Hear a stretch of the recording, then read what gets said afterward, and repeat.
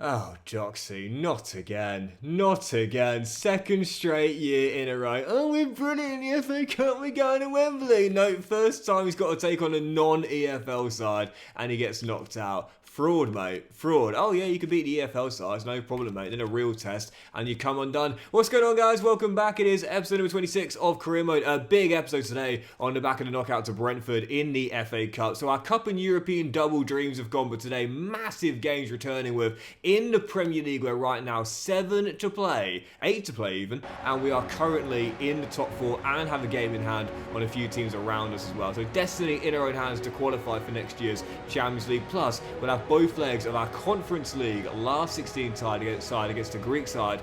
Last 16 tie against a Greek side. There we go.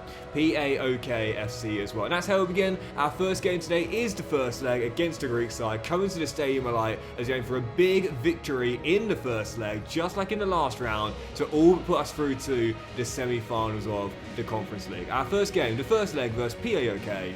How are the lads? I think you've got to pass as favourites, if not second favourites, haven't you, to win this, surely? And that's no disrespect to the teams that remain. And there's some decent sides in there, but I think us and Roma are kind of looking at each other and being like, yeah, I'll see you in the final, big dog. Like, I'll see you there, guys.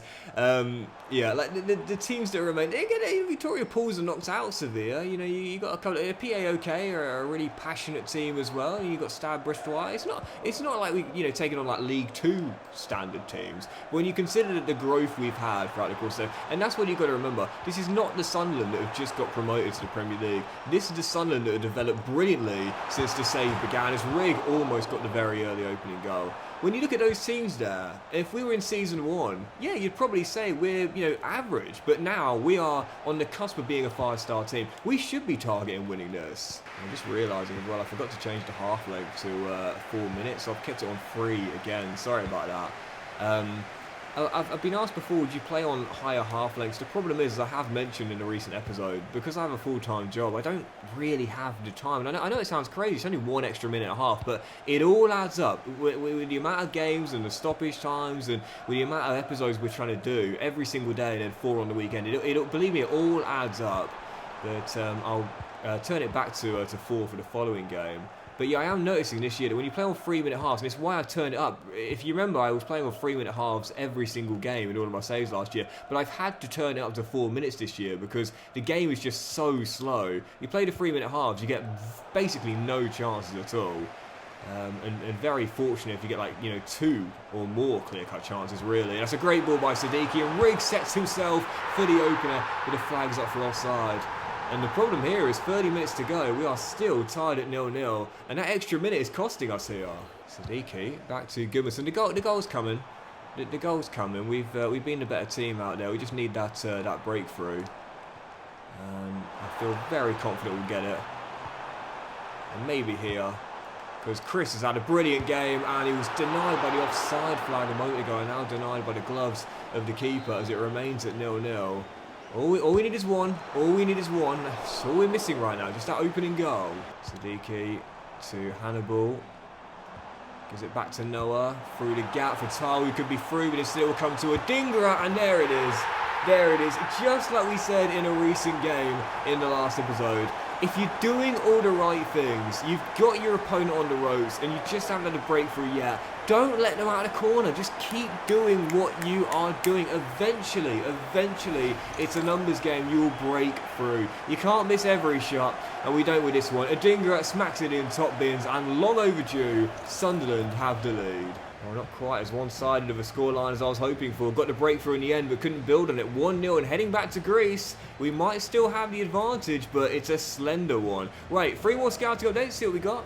Where from Japan, we shall continue scouting these 5 players here. Where from Bolivia, as we saw in the last episode, there are some gems from this nation here. We'll keep scouting these 7 for now and see how they look next month. Where from Sweden, are going straight to him, obviously. There he is, Robert Sandstrom.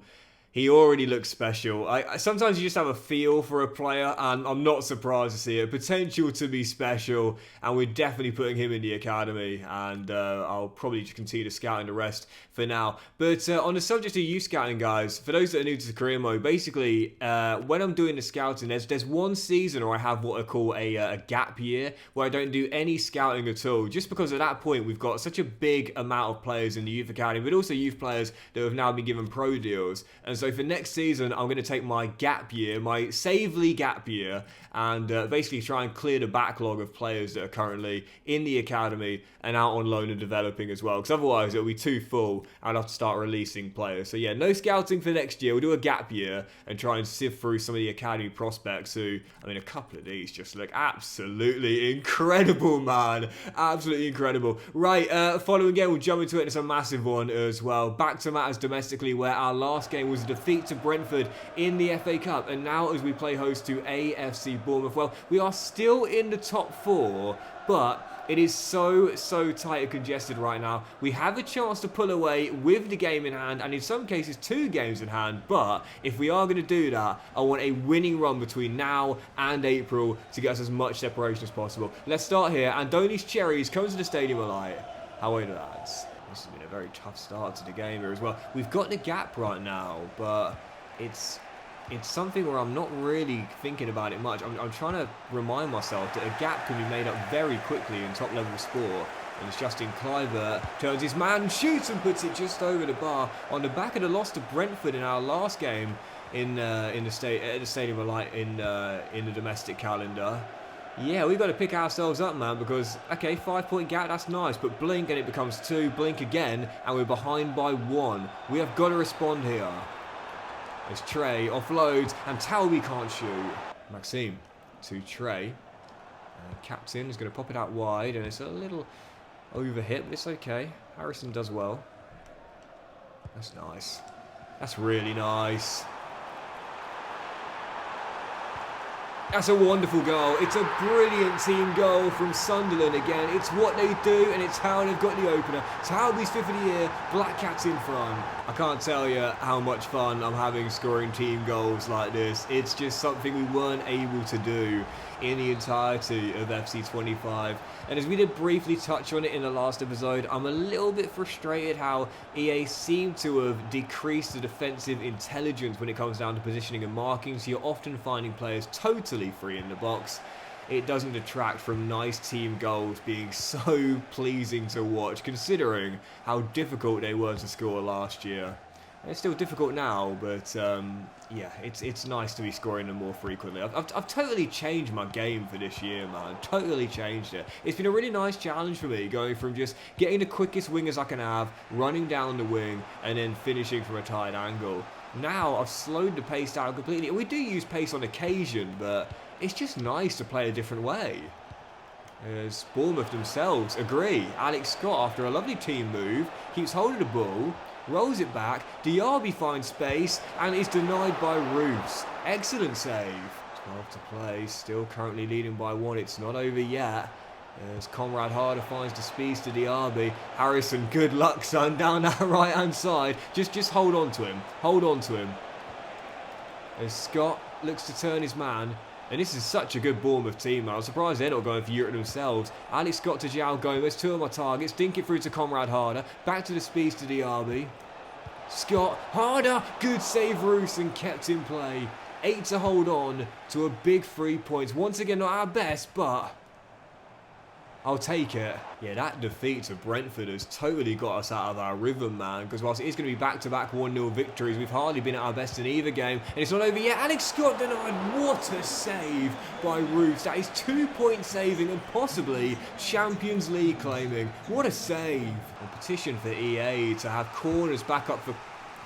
Oh, straight at the keeper. Sorry, goalkeeper's up for corners even, but that's going to do it. Roos claims the header easily and will time waste our way to the 3 points. I've seen enough. Robin, at the end of the season, mate, come and meet me in my office because you are getting at least double your current salary. He's been with us since season 1. He's been absolutely amazing. He won the Golden Glove last year and he's going for it again. That is a world-class goalkeeping display to see us hold on to the 3 points and stay in the Champions League places with 7 remaining. Right, following game, we'll jump into it. PAOK, second leg away in Greece. Feisty atmosphere, I'm sure, man. Really looking forward to this. This is where I want EA to work on the crowd realism, if you will, because games like this, you'd have some flares around the stands, I'm sure. Really looking forward to it as the Greek side welcome us to their backyard for what is going to be a feisty second leg with the tie in our advantage, but only by 1. Second leg away in Greece. How are you, lads? Yeah, I've got a lot of love for my Greek followers. I know I've got quite a few of you guys out there. Never forget 2004, going all the way to win the Euros and one of the greatest international football underdog stories of all time, with a defensive masterclass in that tournament. And yeah, the fans so passionate of multiple Greek clubs, you know, whether it's Olympiakos or Panathinaikos or AEK or PAOK as we're playing tonight. Fans over in Greece are absolutely passionate about sport and football, of course, as well.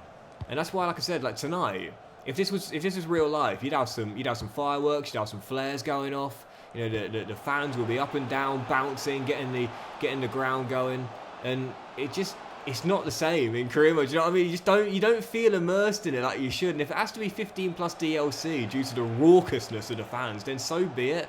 But I want to see a more realistic fan kind of atmosphere in a game like this, where you would warrant some flares and you would warrant some raucous chanting. Yeah, this atmosphere is a bit flat compared to what it probably would be in real life with the flares going off and whatnot. And it just, like I said before, man, 15 plus DLC. It's not a meme. It's not a meme. I'm not being sarcastic. No, I genuinely mean it. I really feel as though if that's how you could get, like, again, some more feisty atmospheres and feistier games, so be it. I'd happily pay an extra $5 for it. I wouldn't mind, because it would make the game feel so much more immersive. And ultimately, when do we have our most fun playing career mode? Well, it's when we're in the game. Do you know what I mean? It's when we really feel like we're in it right now. And it's hard to feel like that when, you know, you're away in Greece for the second leg of a European tie, quarter-final, only leading by 1, and instead the fans are doing a Mexican wave. The fans are doing a Mexican wave.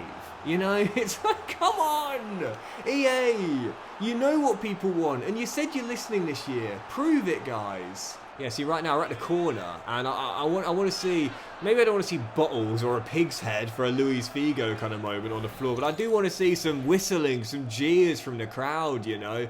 This is the second leg of a quarter-final in the European tie, man. We're only holding on to a 1-goal lead, and it was so almost 2. I want to feel like the pressure is on, man.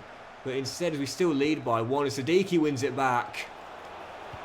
And dinks it to the far post, and a volley by Fatawu goes way wide. It's not really giving me the same kind of feel, man. It could be so much better, EA. Kind of reminds me of the Drake Hotline Bling meme. It's like, you know, EA saying no to flares and more raucous, realistic atmospheres, but they're totally fine with the Mexican wave. I can't. You know what? If the game, you know that saying, game's gone, game's gone, game's gone, game's gone. I never really liked that saying, but put it this way, if PAOK fans started doing a Mexican wave in a... Oh, it's game now. Come on, this trade does silence the crowd. If they started doing a Mexican wave in a tie like this, game is definitely gone, considering the passionate fan base that PAOK have. But that is it. Trey has definitely silenced them, but there is one portion of the stadium that is celebrating right now, and it is us in the corner, as the captain, Trey Hume, gets a rare goal to wrap it up. Not our best in these 2 legs, there's no doubt about that, but Sunderland are in to the semi-finals. Alright, that's a bit better. The crowd volume there of the booing was quite loud on the final whistle. I do like that. That's better. That's better. God, I'd do anything for EA to like let me just like come and work with their career mode team. I could make it such a better game for us all, man. But anyway, it's not a great game from Sunderland or a great 3-game streak in terms of performance, but it is in terms of results. 3-1-0 wins and into the semis. And as we're getting down the tunnel, we shall see who we've been drawn against in the final four. Roma have just overcame their 1-0 deficit to Real Ave. I saw pre-game they were trailing, but did make it through alongside Victoria Poulsen, who of course knocks out Sevilla and Stade Brestois. With all due respect, I would probably want the French side out of those three there, but it is going to be in the final four of the Conference League. Let's find out together. Not Roma, just not the Roma. It is Stade Brestois, as Roma will take out, or take on, I should say, Victoria Poulsen. Okay, we'll do both legs in the next one. Bring them on. Right, following game, back to matters domestically, and again, 3 straight wins for Sunderland. We've actually moved up to 2nd place in the table with 7 games to go, but considering how far we are off Man City, we've only lost once all season long. They've been in pole position practically all campaign long. We're going to make a late run to catch them, but we can all but secure top 4 football with a few games to go. 8 clear of Liverpool in 5th. Now Brighton away from home. No, at home, sorry, as they struggle down the bottom of the table for the 2nd successive year. Let's get our 4th win in a row. How are the lads? Ritter, wonderful ball through. What a start this will be for Brighton. It is through that drills it into the bottom corner. They're only just above the bottom 3. High pressure game for both teams, and 5 in. We are already a goal down. By the way, on the subject of Mexican waves, I don't think there's anything wrong with it if it's like a pre-season game or whatever, but the only reason I was annoyed about it there is because this is, again, a European quarter-final. I don't think you even call it the Mexican wave now, because I don't actually think it originated in Mexico. I think that was just because it happened during the World Cup in Mexico back in the 1980s. I don't actually know where it originated, to be fair. But the wave, let's call it the wave. It's not a big deal if it happens in like a pre-season game or whatever. But it's just, again, you know, situation specific here. That's what we're looking for. I can't imagine any PAOK fans would even consider doing that in a European quarter-final. That's what I said, man. It's all about the realism, you know. It's about situation specific, doing it at the right time. As Rigg is going to find his man, and Adingra tries to get away from Joshua Wagnerman. And shoots from a tight angle and almost catches out James Beadle. Still down by 1 for now. 8 minutes to go in a half. And again, right now, we might have won 3 straight, but they were unconvincing wins, and we are not going to win this on this balance of play. I haven't got going, yeah. Here we go, Siddiqui, Hannibal, 17 to play. Slips it through. Adingra for the leveller. Yes, come on! Is there a late flag? I don't think so. As Adingra gets a goal against his former club, and Sunderland are going to get a huge point to keep our undefeated run going in the Premier League. We haven't been at our best, we've been far from our best, but a great ball from Hannibal and a brilliant finish from Simon. Black Cats bailed out late. You know what, if a Mexican wave was happening right now, I wouldn't mind one bit, because it's been such a poor game. And I was reading at half-time that the origins of it are quite interesting. It actually originated in Colorado, in Denver, and it became popular internationally during the 1986 in World Cup, hence why it became known as the Mexican wave for those outside of North America, but in North America it's just called the wave. But yeah, the fact that that's been the most interesting thing that was going on in the second half until we got that goal from Adingra kind of says a lot, really. It's been an awful game, but after a nice passing play here, we might get ourselves a goal to get in front. Siddiqui, keep going! Siddiqui for the win! Come on! Siddiqui and Bromley playing keep away, and Sunderland keeping away the chasing pack. What a turnaround! I said in the last episode that Siddiqui needs to start stepping up now. He was the least reputable out of the 3 midfielders we had. But Wharton and Diarra have gone, Noah. It's your midfield now, mate. You're running it. And he scored a winner in the last episode. I can't remember who it was. And he scored the winner here against Brighton. He's going to hold on to the ball and hold on to a massive 3 points where we had to come from behind in the final 15 to win it. But that is the kind of resilience we will need in order to go all the way in the Conference League and, crucially, hold on to a Champions League place. Apparently, Siddiqui means friend in Arabic, and right now he is my best friend. Wharton and Diarra have gone, but Noah is the big dog here now. Massive 3 points. That's huge, mate. Absolutely huge. I don't think I'm being dramatic in saying if we lost that game, based on our performances recently, we could start falling away right at the end. But instead, to come from behind in that and win it, I think that might be the game that gives us the momentum we need to go all the way and wrap up a Champions League place. And as Liverpool just been beaten by Man City, it's ours to throw away from here. It's ours to throw away. We've got 6 games to go. We've got a game in hand and we are 8 clear of Liverpool. So if we beat Wolves in the following game on Wednesday night, that'll be the game in hand and it will take us to an 11-point gap over Liverpool. And surely at that point, with 5 games to go, it will be Champions League football at the Stadium of Light next season. Like I said, we can't catch Man City, but top 4 is what we're going for, and it's ours to throw away from here. And for Wolves, with 6 to play for them, they're 12 behind West Ham. If they lose this game, I think it's safe to say they are probably going back down to the Championship. But for us, going to next year's Champions League, that will all but be a lock if we win our final 2 games to go. Let's start here with our game in hand. Wolves away at Molineux.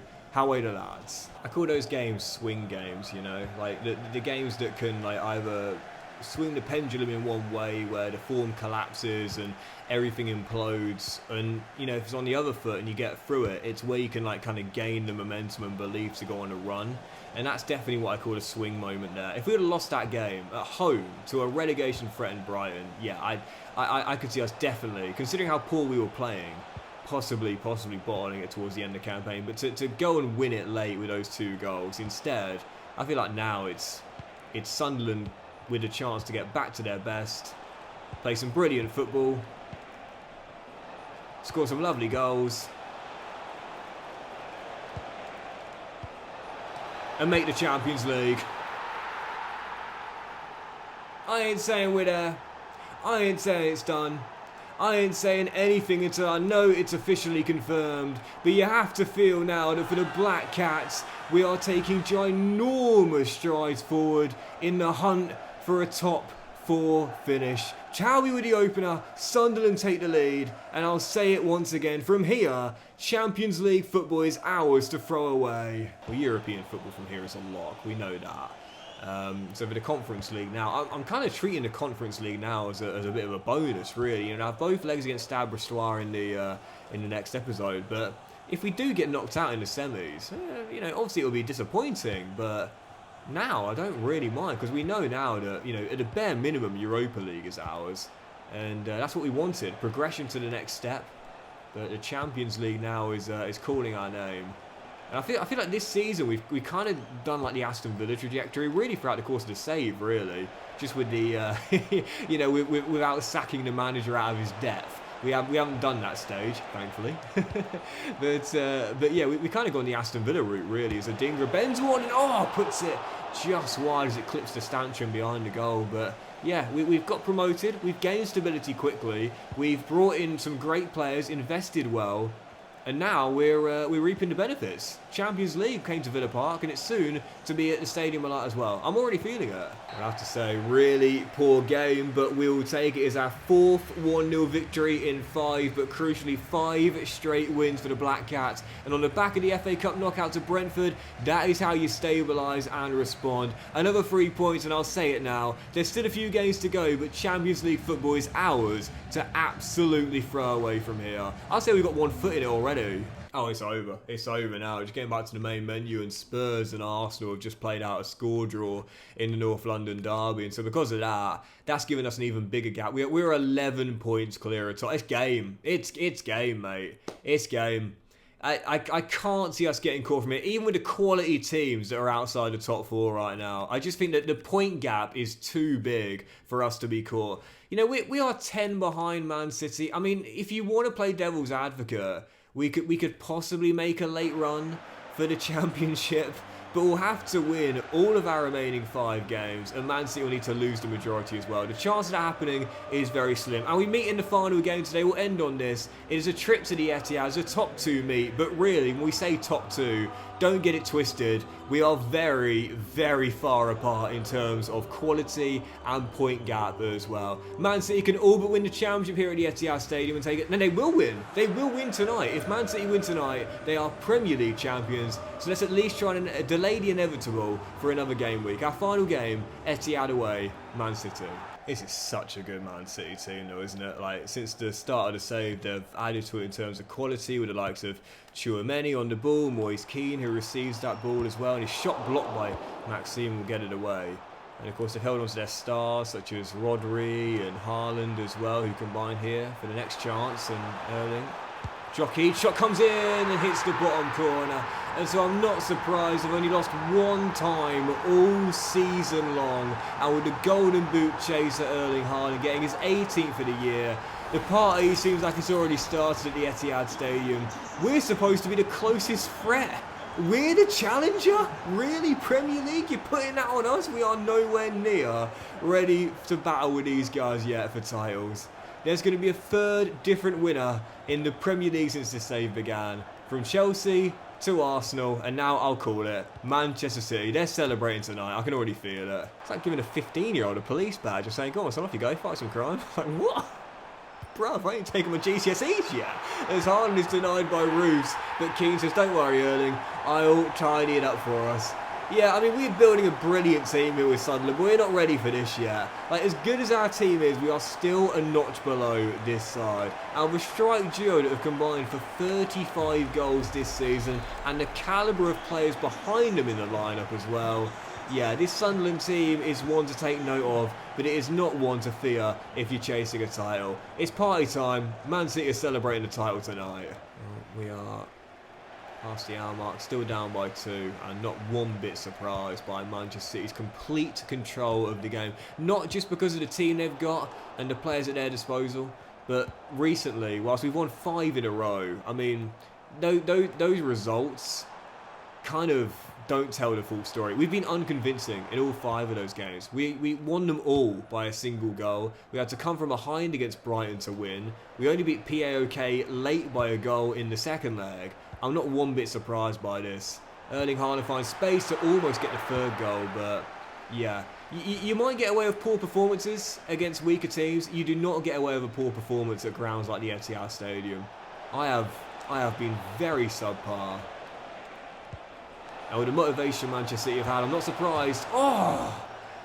They are going to claim the title now. Any chance of delaying it had to get scored there. We had to get that. We've got the first leg against Stade Brest in the semis on Thursday night. So I've emptied the bench. This game is done. And this season is done for Man City. And, oh, that's the icing on the cake right there. Ruben Diaz, who'll be lifting the trophy very soon, has got 3, and the 3 points that will give Man City the title. Some of the celebrations this year just don't seem to work, which is really annoying, but it's game over now. I'd love to see him do it in my fantasy team from time to time. Not just a clean sheet, but a goal as well. It is game over. It is good night. It is Manchester City's Premier League Championship. They're just a cut above this season. And so that will do it for today's episode of Career Mode as well, guys. Massive thank you for watching. Really hope you have enjoyed it. If you have, then please do drop a like. Much love to you all. Have a fantastic day, and I'll see you for the next one. We'll play the Conference League semi-final against Stade Brest, and most of the remaining games in the Premier League, where on the back of the defeat, we might have the point gap, but it's not over yet. We still need at least a couple of wins. Have a great day, guys. Much love, and I'll see you for the next episode of Career Mode very soon.